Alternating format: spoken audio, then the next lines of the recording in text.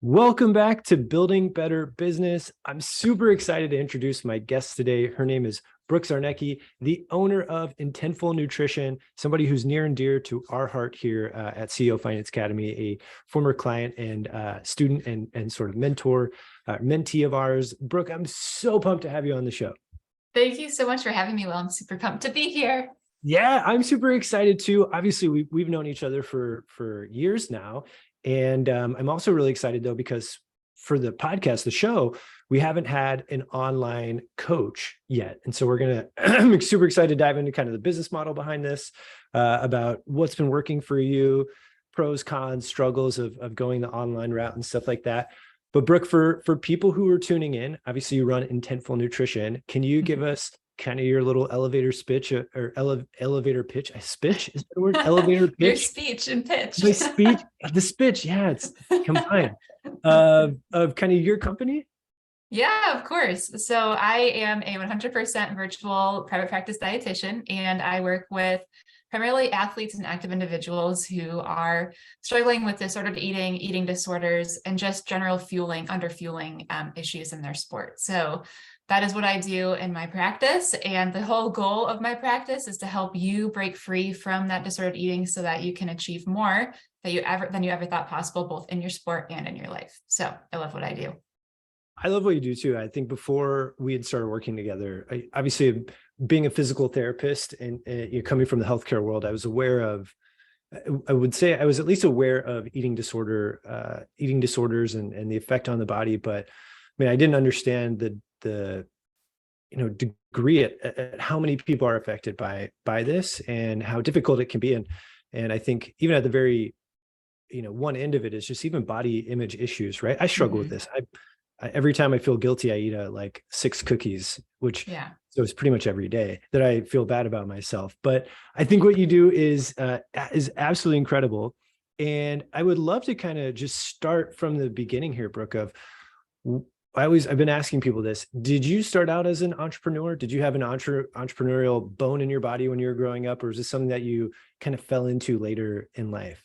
Yeah. So my dad owned a business when I was growing up. He always had his own business. And so I always had that, influence in my life. And I do think I have an entrepreneurial bone because I don't like working for other people. I like doing things my own way. And I did start my career with my own practice. So I graduated my internship and then jumped right into my private practice. And I have had a couple part-time jobs where I've worked in a clinical setting and, just to help support my business to get it up and running and really for it to be what I wanted it to be. And definitely don't regret any of my experiences, but entrepreneurship is 100% for me. And now I'm a full-time entrepreneur 3 years into my career, which is pretty cool. That's so cool, especially jumping right in out of your internship. For context, where people might not be aware of the nutritionist world or dietitian world, what's like a common path most people go down? Is it starting their own private practice? I think like chiropractic, it's like pretty common, but I don't know for dietitian, nutritionist, is that a very common route or is it more go work somewhere else, hospital systems? Yeah. So typically, you get your 4-year degree, you graduate with your 4-year degree. Now it's a master's degree. And then you go through your internship, which is like a year of supervised practice. And then you sit for your exam. And then after that, most people go into like clinical dietetics where you're working inpatient in a hospital, or you might be like an outpatient dietitian also working in a hospital. So the private practice route is definitely not as common, but I do think it's becoming a lot more common, especially with like the virtual space kind of exploding over the past couple of years. But yeah, the clinical route is definitely more of like the typical, RD, registered dietitian route. Yeah, which is, I mean, I think even more, even more kudos to you for jumping, into your own business right away. I think that's something that, I think for context, like just isn't common. I think sometimes it's like, yeah, that's just what you have to do. And that's the norm. But I think in this case, like, it's just super cool to know that you went right in. And I should ask, did you have formal business training? Like, did they train you on business in school? So my degree, it was like nutrition management. So they did like, I have a business minor, but I never really felt like I knew anything about business. Like they teach you about marketing and like the basics and stuff like that. But I never it was never said like, you should go into private practice, like it was just I kind of learned on my own. I think this is how we met, through Greg Todd. That's the very first business coach that I had.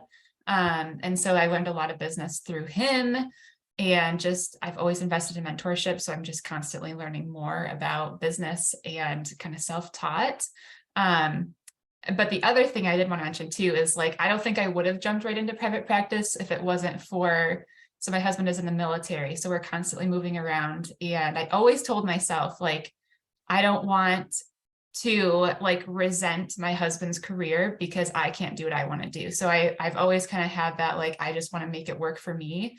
Yeah. And that's really what made me plunge into the private practice right away. It's because we're moving. So Right. it kind of worked out that way. Yeah. Did that also play a role in going virtual as well for a lot of? 100%. Okay. Yeah. Yep. Okay. So with your practice, I'm super curious. So you make the decision that you want to start your own practice. Obviously scary in its own right. But also you might be constantly moving. You might have and kind of almost not on a whim, but can happen a lot. My dad was in the Army for 20 years. We moved literally every 2-3 years to a new place. Yeah. So it's I can see how that's another challenge on top of this. How did you first go about opening up your business, and especially virtually? I think for a lot of people, physical space business, brick and mortar, we're going to have a grand opening, people can see us. The virtual side, how did you go about opening up your business, and how did you go about getting your first few customers? So all through social media. So I started an Instagram page probably 6 months before I started accepting clients. So I had an Instagram page, and then I also created a Facebook group. So I had a Facebook group where I would throw people in, and I would offer free content, free value, and then essentially, would just pitch for my business through the Facebook group. And initially, that's where I got a lot of my clientele was through Facebook. Now it's kind of morphed into Instagram, but we're getting ahead of ourselves. So yeah. No, I think it's great. So when you did that, I think there's a lot of people who start businesses and want to capitalize on social media. And I think, for most people, there's not a blueprint. It's just, I'm just going to make a bunch of content. I'd love to hear the reality of this journey, because a lot of times when we meet with people who've had success on social media, we're catching them at a point where it's finally paid off. Yeah. You kind of forget the hard times. So just curious, was it a immediate, you started posting and within 2 weeks, clients were flooding in? Or was it a grind? How did that start for you in that initial wave of posting content? Yeah. So I had to learn the skill of online sales and how that all worked out. So what I did, and this is actually not what I do at all now, but the reality. So Yes. I would DM a lot of people, just cold DM people, and let them know hey, I have this Facebook group. I'd love for you to join. And literally that's what I did, is I would cold DM people in my Facebook group, offer them a space that had, value. And then I would follow up with all of those people in my Facebook group one by one every single week, about the new people, how are you liking the group so far? And so that's initially how things got started, was just cold DMing and just showing up a lot in that Facebook group, posting on my Facebook, posting on Instagram. And I would say, I've been a business owner that's had steady growth. I've never felt like I, exploded at any point. Yeah. And so I'm finally to a point where I do have a consistent income, but it certainly wasn't like that when I first began. I would say within my first four months, I did have a 5K month, and I thought that was the greatest thing ever, but I never saw that again for another year. So it was, it was a gradual increase in clientele for sure. Yeah, which brings me to a question of what motivated you to keep going. I think so many people, right, are playing the game of, I hope I go viral, and then I do have that explosion, and then it makes it all worthwhile. Whereas you've had hey, yeah, I saw traction, and then, kind of plateau, maybe even dip a little bit for a while, but you stuck with it. And I think we should acknowledge, because, we've worked together. It wasn't always every day I'm super excited to do this kind of thing, but you've stuck it out, because as far as I know, Brooke, have you ever had content just blow up and go super viral? No. Yeah. So you're like what most people would be like, right? Starting a business. You don't, most of us don't catch that lightning in a bottle wave. What's kept you motivated to keep doing that? Do you still post on social media? Is that still a main source or a source of getting new clients? Yeah, so I do still post on social media. I'm more on, like I said, more on Instagram now than I am on Facebook. But when I first started, all I wanted to do was make money. Like that was what I wanted to do. I just wanted to make money. I didn't care how I was going to do it. I just wanted to get more clients. And so I hustled for that for a long time, for like the first year of my business. And then when I worked with you guys, I'm so burnt out because I'm not really serving the people that I want to serve. I'm just like, I'm not thinking I can do this for the long term. And so I knew I needed help. And I would say, business mentorship has helped me keep my head in the game for sure. And then also just working with people that I want to work with. So when I first began, I worked with a lot of like perimenopausal women, menopausal women, and then that shifted into like working with active individuals, no matter what their age is. So just having like the niche that I was really passionate about, I've always been super passionate about nutrition in general. So I think that also helped keep my momentum up. And then, just kind of having a larger why at stake. Like the reason that I started my business was so that I could have time freedom with my family when I did, decide to have children. And like, that's coming to fruition this year, which is crazy. So it's just like, it's funny how it all works out that way, but you learn as you go with an entrepreneurship. Like, yes, I think all of us probably start out because we want to make money, right? But it has to be more than that. Yeah, it's a great point because, if you're in the game long enough, there's going to be, downs and periods of doubt. And if you don't have a why, yeah, it can be super tough. And you brought something up that I think is powerful for, I think, people to hear, which was you weren't in love with your first niche or offering type, hey, like it was working, like you were making, you're getting clients, that group was fine from that perspective, but it wasn't really like true calling to what you felt like. What's it like pivoting a niche, and especially online where content is really your brand, right? Like that's your thing. So I'm curious, what was that transition like? Was that scary? Was it instant? Did you like, how do you even let your Instagram followers know, like, hey, I'm going to change? Yeah, it was really scary. And I remember, like, again, that was like the big reason why I hired you guys in the first place. Cause I was like, I just need somebody to tell me it's okay and like be there for me through that. And also accepting that like I was going to have a dip in income for a while. So, to have the support from like my husband was incredible. And I know that's not the reality for a lot of people. But it was just like, yeah, it was freaking scary. And so I pretty much immediately cut off my Facebook group when I started like working with you guys. I said, I'm not going to be working in this space anymore, but I gave them resources. So I didn't want to just like cut them off and like leave them in the dust. Right. And then, yeah, I started to pivot on Instagram, and I told my followers that I would be pivoting, and I had a lot of athletes and active people on my Instagram anyway. So I felt like it was more like I was going to be speaking to them more. So it was kind of exciting.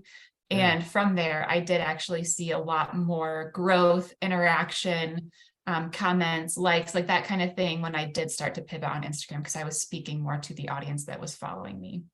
Yeah. Was there any pushback from your existing audience or your old audience, or do you feel like it was kind of well received, or, it wasn't really I don't know, falling out with the older group? Yeah, no, it definitely was well received. I think it also because I was honest about it. Like I was just like, I love working with you ladies, but like I just realized that this isn't my passion. And my passion is working with, active individuals, runners, people who really value movement in their life. And I think they knew that too. Like I've always been a runner, and just like always, posting about fitness and stuff like that. So I think it was not really a surprise to some people, but also, yeah, everybody is supportive. And that's what I love about just, social media in general, is that it can be a very supportive environment. Yeah, absolutely. And I think what was probably really helpful for you, and it was cool to see, because we see a lot of people who want to jump to different things all the time, but yours, at least the core offering of what you're doing was still the same, of providing nutrition and essentially health related coaching. and we weren't just bouncing from one offer to another. It's just kind of changing who demographic wise, who we were serving. Yeah. And so I think people could understand that you weren't like, hey, I'm going to go start a jewelry company, which Yeah. hey, that, more power to anybody, but it was pretty, there was continuity there of who you're going to help. I'd love to dive in, Brooke, now. So now you've got, more of a stable, thriving online coaching practice. How are you acquiring customers now? What's been working the best for you? Have you added in new strategies? Has it been doubling down on Instagram? What's been working best for you in the online space? Yeah, so I am very active on Instagram. I try to be active every day in my stories, and then posting mostly every day. I take the weekends off. But I also have a very vibrant referral system in the community that I live in. And that has been, tremendously helpful to have that connection. And Yeah. honestly, a lot of the connections I've made have been through Instagram. So I would reach out to local businesses and say, I'd love to meet up and, just tell you a little bit about my business, and I want to hear about your business. So really, I do think that social media has been the catalyst for everything in my business, whether that be actually acquiring them through the app or just connecting with other business owners, in the local area. Yeah, I'd love to dive into that. I think that's a super untapped play that too many other business owners aren't tapping into, which is, hey, I'd love to get referrals from other people, but I think so often it's just, I hope they'll send people my way. And I think there's it's a mutually beneficial thing that can help. Yeah. So I'd love if you're okay with that, I'd love to ask your strategy of who did you identify? Was it any small business? Was it complementary services? How did you find them? And then what was if it was Instagram or wherever, what did you use to connect with them? And then what was that opener? I feel like that's a big thing that stops a lot of people. Maybe they're overthinking it. I'd love to kind of hear from you, how you approached it.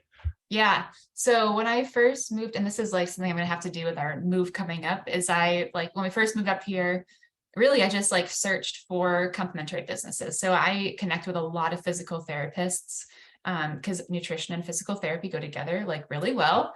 And I can vouch that we get taught nothing about nutrition and PT. Yeah. So PTs, chiropractors is another one that I haven't tapped into a whole lot. But I do talk to some chiropractors in the area, mostly physical therapists, and then some doctors actually. So I would find them on Instagram. I would start interacting with their content on Instagram if they actively post or if they have stories. Relatable stuff. I'm not just reaching out because I'm trying to get business, right? So it's, mostly physical therapists that also engage in the active community, that align with my business. So I would comment on their posts, very informative. Thanks for this post or whatever. And then a lot of times I would reach out in the DMs just to say hey, I am a dietitian in the area. I love what you're doing. It aligns with what I do in my business. I'd love to meet up sometime and just network and talk about our businesses together without the expectation that they're going to send me clients, right? So it's just a genuine connection that you're just networking, you're expanding your network, and thinking about it like that is way easier than thinking oh, I have to reach out because I need clients. So it takes that pressure off you.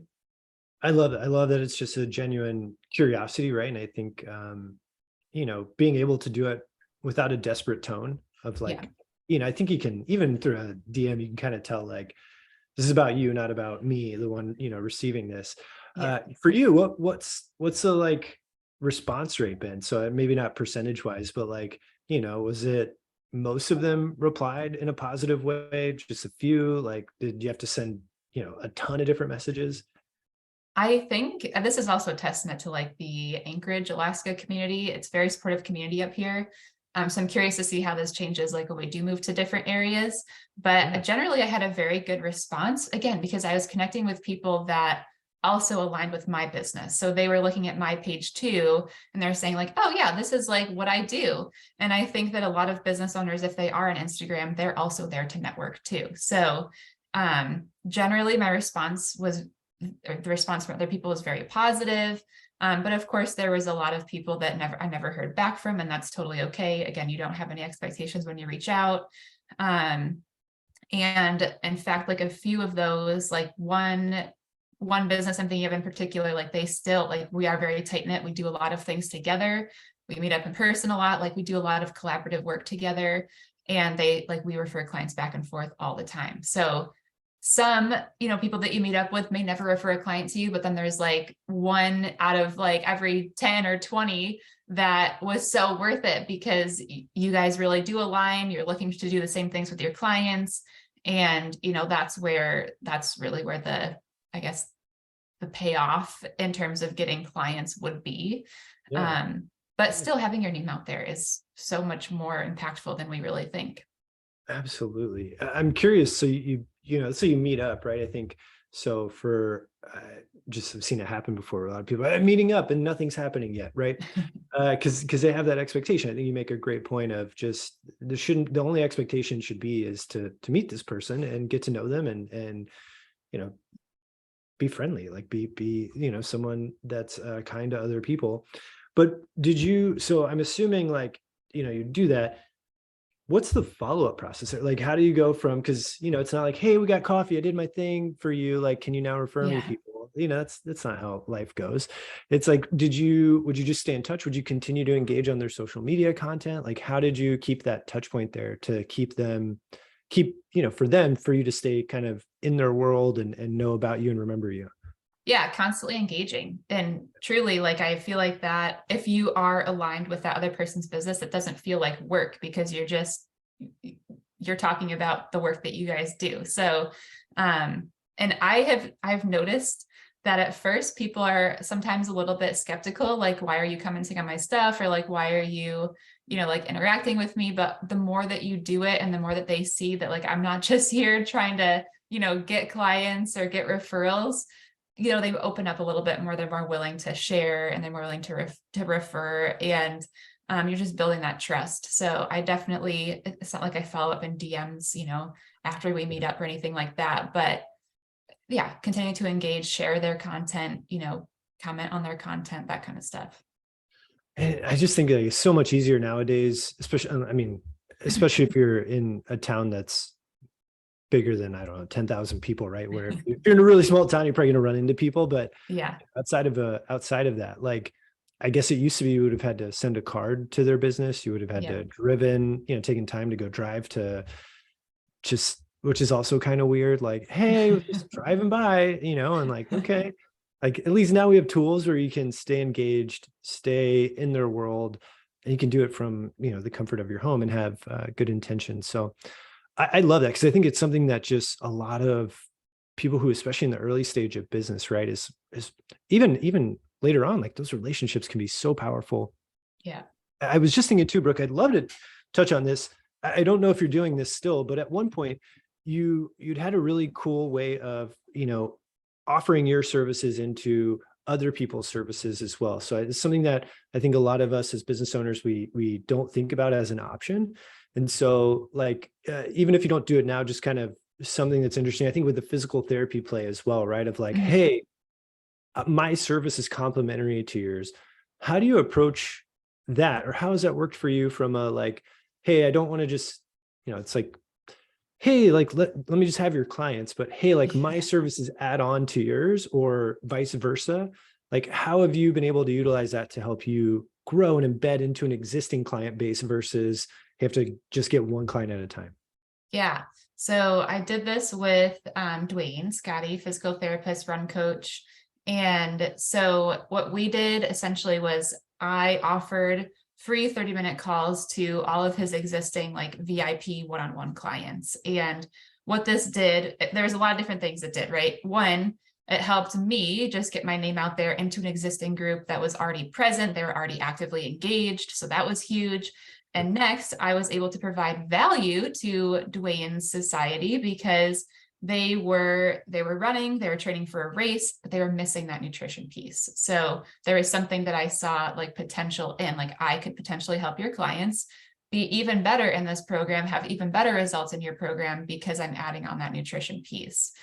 So that helps the clients. And then it also helped Dwayne see the value of nutrition within his community. So by doing that, basically it built rapport with Dwayne, his society. And then also I was able to connect with more athletes, really fine tune my messaging, because I was able to, what are their biggest struggles? And after a while, you hear the same question like 50 different times, and you're like, okay, I think I understand like what, most people are struggling with now. So I was able to do that though, because I was still building my business at that point. I was still building that niche. Now I definitely don't have time to do that, but it is something that like, if you are trying to build, it can be really, really helpful, in lots of different ways. Yeah. I just remember back then when we were kind of talking about it, it's like someone had access to your audience type, right? Runners, athletes, and it's such a gap. And as a physical therapist, for myself, like you think about what are the pillars of recovery and rehab, sleep and nutrition are huge. And we don't get taught anything about sleep, Totally. about nutrition. We get taught the basics, like you should eat well and you should get enough sleep. But okay, like, a 7-year-old could probably tell you that, right? There's the details that are lacking. And so I think, it's one of those where I feel like, and I hope this is an exercise if you're listening to this as a business owner, like, hey, where are those complementary businesses that we can add on to make the experience better for that business or that company, and more importantly for their clients? And how can we create a positive win there? Because I just remember back then, even now you've grown, right, and you don't have time to do free discovery calls with people and that kind of stuff, but it definitely got you in front of so many more new people. And I just think it's an overlooked tactic. Like I think so many people are just like, how do I get this next client? It's like there's somebody out there with 100 clients that your service might be able to benefit. It might not mean that you're going to get 100 new clients, but can be super helpful to get the word out. Totally. Yeah, go ahead. And even if it's not like immediate, right? Like with Dwayne's site, it was pretty immediate just because again, we were connected through you. So there is a trusted connection there. Right. But yeah, I've had people that I've connected with like a couple years ago and they're like, hey, are you still taking clients? And it's like, yeah. So it never was like immediate, but it's the compound effect that really has that makes a big difference too. Networking is so awesome. I love it, but I'm very introverted. And so I want to make that clear. Like I am a very introverted person. I'm very shy. It's very uncomfortable for me to put myself in situations where I'm like talking about myself, I'm talking about my business, even just talking to other people in general. So if I can do it, anybody can do it. Yeah. Well, speaking of that, like so maybe we chat about that for just a sec, because I think that's another big thing is I think there's an assumption that if you're on social media making content, you must be extroverted, you must be confident putting yourself out there. And I think there's a lot of us that are more on the introverted side. There's just like this pull to have to create though for, to do this. How do you keep yourself excited to do it? Have you just marked it in your brain as like, hey, this is a business activity that has to get done? Or is there it must be stronger than that, because I think at the end of the day, if you really don't love it, you'll give up on it or not do it as frequently. So curious for you, like, how have you stayed motivated to put yourself out there when that's not your natural tendency? Yeah. So definitely thinking about the business helps. Like I'm doing this for my business, but also that ties back into like, why do I have a business? Like I have a message that I want to share with people. I want to help like dismantle diet culture and this toxic, environment that we have in our society about food. And so thinking about those things before I go to like a networking event or a scary event when I'm like so sick to my stomach, thinking about like walking into a room full of people that I have no idea who they are, or reaching out on Instagram to somebody that I've never met before. That's what kind of keeps me going. And again, I think you really do have to have a strong why and really believe in your business. And like, I don't really think of myself as a super confident person. I think the more that I am in my business, the more that I'm spreading my message, I'm getting more confident, but that's still something that I am continuously working on. So you don't have to have like all the confidence in the world to like have a business or like, be successful. And one of my business coaches once said, and I wrote this down on a sticky note, it's right here on my computer. It says certainty, even if you don't have proof. And I love that. Because like, I am certain about my message. I'm certain about what I do with my clients, but I don't always have the proof of like the money or, my constant business growth or virtual or viral content, But I love that certainty if you don't have proof. Yeah, I love that. Maybe it'll be the title of this show, of the podcast, or of this episode, Love certainty, it. don't have truth or proof. I love that too. I think that's, yeah, a great reminder too, because a lot of things don't pan out right away, right? You've got to just stick it through. I've just got a couple more questions, Brooke. One, I feel like I got to ask. I was just sitting here and I'm like, Brooke, what do you eat during the day? Like, what's the, as a dietitian, nutritionist, like just sitting there, I'm like, man, I just sit at this computer a lot during the day. Like, what does a dietitian eat on a sample day? Maybe not you're like, okay, here's my ideal perfect day, but like I'm a human and here's what I end up eating in a day. Like for you, and let's give context, like you exercise quite a bit, you're out, Yeah. you're doing stuff. So what's like a normal day of eating for you? Yeah. So I like to think of them as patterns. So, and this is kind of how I teach my clients too. Like I don't ever give out a specific meal plan because I just don't think that's realistic for a lot of us, but I always try to stick to 3 meals a day, like no ifs, ands, or buts, and then 2 to 3 snacks a day too. So within those meals, we'll talk about meals first. I always try to have a carbohydrate, a protein, and a source of fiber. Usually that's in the form of a fruit or a vegetable. And then with the snacks, I always like to have a carbohydrate and a protein or a fat. So I'm always trying to get balance in my day throughout, my meals and my snacks. That helps with hunger management. It helps making sure that I'm getting enough into my body throughout the day. Every single client that I work with is not eating enough food. Caveat. And the balance aspect, getting all those different macronutrients helps with like cravings and stuff like that too, so that you're not, going all day without eating and then like uncontrollably eating at night. So consistent intake throughout the day. Yeah, which I think is, the more I think about it, especially, business owners who are in a heavy service related, like or you've built a team and you're like, you gotta be on the move. You gotta, I think of how many business owners have to physically like go different places all the time. And just stress, right? So stressed a lot of the time that remembering to eat can be a tough thing, or to have nutrients, or the opposite, stress eating, like just those kind of things. So I got to ask as a follow-up to that, favorite snack, what's your favorite go-to snack during the day? I know obviously it depends. There's not the one, but let's just say lately, what's been the go-to snack? Yeah. Lately, my favorite snack has been 2 string cheeses and a piece of fruit, whether that's like berries or an apple, but that's been my go-to snack lately. And also want to be super clear, there are days where I don't have a single fruit or vegetable. So dietitians are not perfect with the way that they eat. And that's not the point. So you got to enjoy the foods that you eat.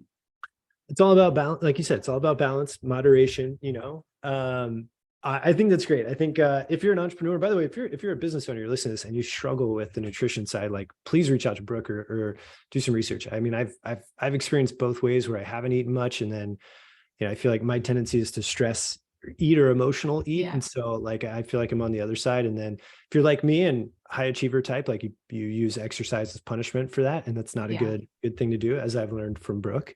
But Brooke, I just want to say thank you so much for taking time to be on the show. And I'd love to kind of know, where do you see what's the vision of the business? You've got a move coming up. Like I don't know if it's long-term or even short-term, like where do you see this in 5 years? Do you still want to have your practice? Is it, who knows? Like, would love to just kind of know where you see the future going. Yeah. In 5 years, I'd love that. Cause I feel like now I do have a little bit more of a vision of what I do want. I would love to have more dietitians on my team, and kind of just start a movement again of like dismantling diet culture and bringing light to eating disorders in sport.